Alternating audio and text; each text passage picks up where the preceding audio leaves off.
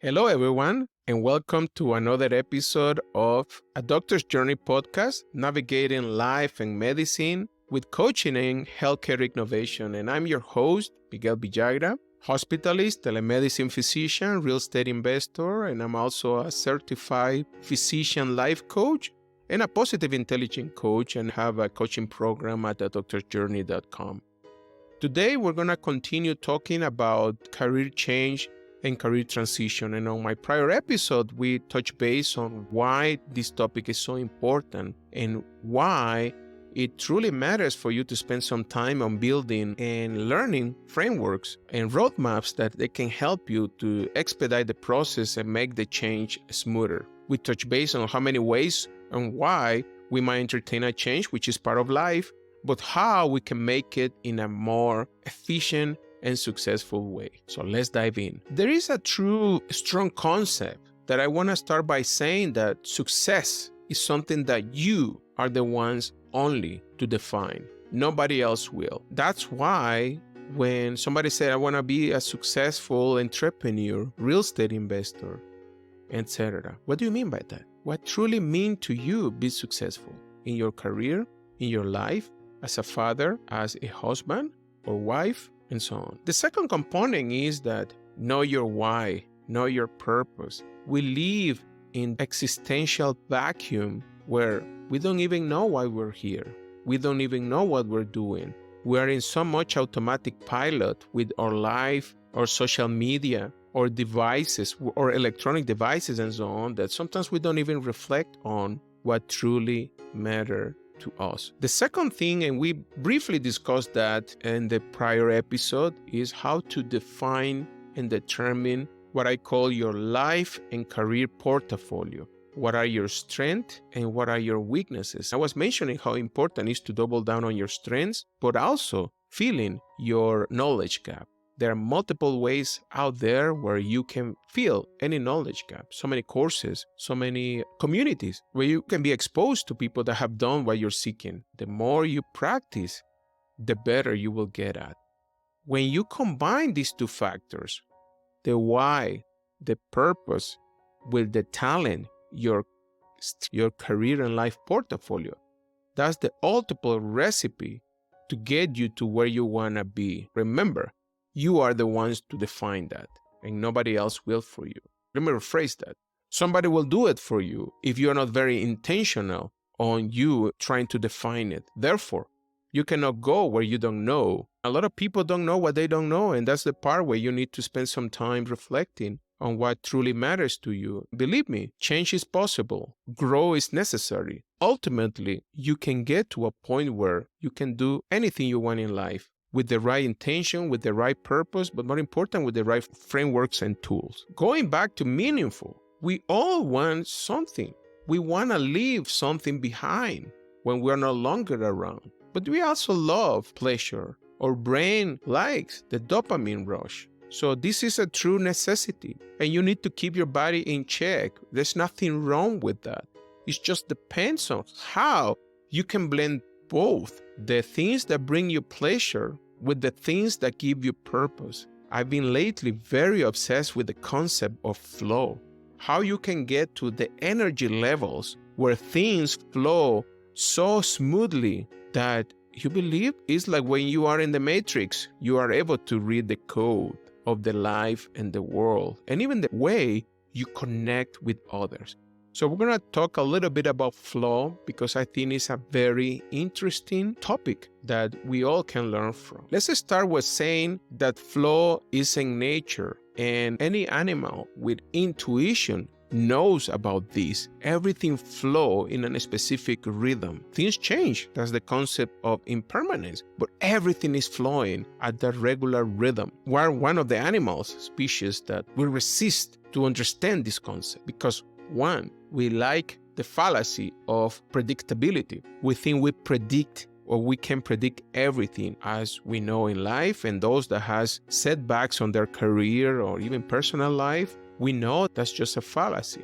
There's no such a thing as 100% predictability. The second thing is the fallacy of control. And it is true that the lack of autonomy is one of the main drivers of burnout. But on the flip side, We also need to understand that even though we need to regain control in the medical decision-making of how we take care of our patient, I'm all for it. We will never have 100% control of situation. There are so many things in life, work, and our career that just completely out of our control. The third fallacy that stops you from embracing flow is that sense of a fixed identity. That idea change is not possible. And I'm here to tell you that's definitely not the case. I've been going through so many iterations of change on my way I interact with others and the way I present to others. I always aim bigger for growth and for change, but definitely our identity is flexible. You can build skills.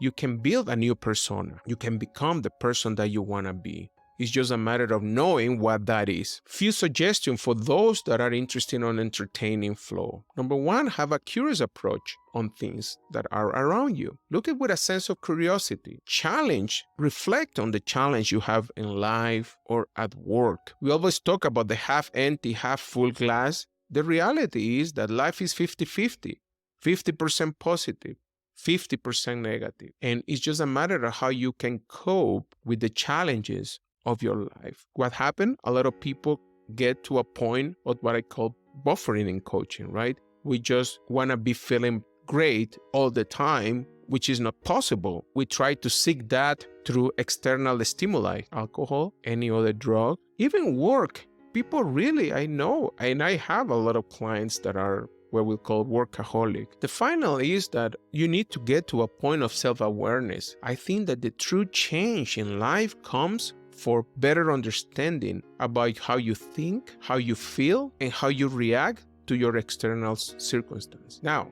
I am a true believer to get to that point of overcoming the existential vacuum that humanity has nowadays. And one of the best ways to do it is really understand your why. What is your belief, your cause, your purpose? This is not just about inspiration. It will help you to take action, bold action that will drive meaningful change on your life, or even minimal action that can compound over time and eventually cause significant change for good on your life. He who has a big enough why can bear almost anyhow. And this is important. The clearer you are on your why, you will find out and figure out the how. That I have experienced myself. Going back to the concept of flow, we go through these cycles through the day of struggle, release, flow, and recovery.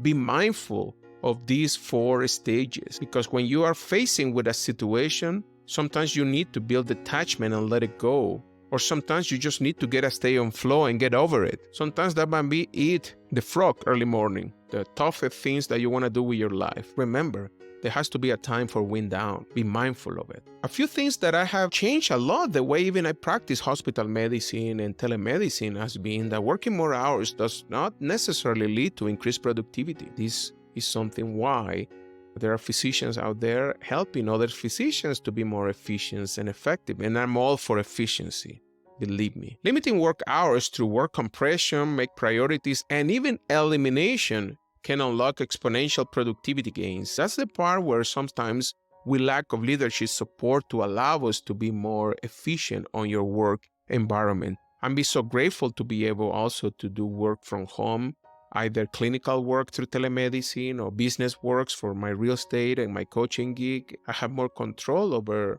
what I can do and when I can do it. Remember, consistency beats intensity. And finally, I'm all for artificial intelligence, and there will be more episodes coming with this topic, as I am extremely passionate about digital health and leveraging artificial intelligence. Remember the Pareto principle.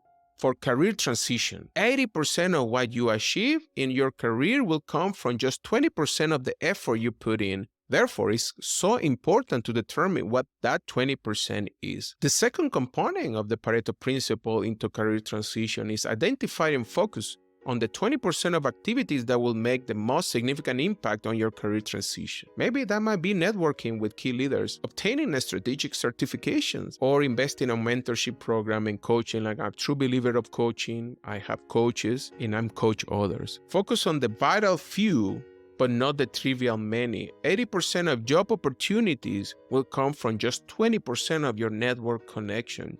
You need to be extremely mindful of it. This is very important for you to understand. A few other things about multitasking versus the focus approach. Remember, multitasking is just the opportunity to screw up more than one thing at a time. Multitasking during career transition will lead you to a diluted focus, increases stress, and higher likelihoods of mistakes. Therefore, success is about doing the right thing, not about doing everything right. Keep that in mind. It's important to identify that one thing, the single most important thing, and the next step in your next career transition move. Furthermore, you need to make priority that one thing. Make it the first task you tackle each day. Remember, eat the frog early morning. Protect your one thing by eliminating any distractions you have during this time. It's crucial to avoid distraction and remain focused. I'm going to do a little sideway because I think it's important for us to understand that during career changes, there's a lot of stress. The uncertainty builds anxiety. And therefore, you need to take care of your well-being because wellness is not a passive state, but an active choice. Remember to practice gratitude. Focus on the positive aspect of your life and be grateful of it. Take it as a learning opportunity and try to diminish the level of stress and negativity while practicing gratitude and also practicing the concept of agency. It will help you set clear boundaries. Physicians were not good at setting boundaries. We're not good at saying no.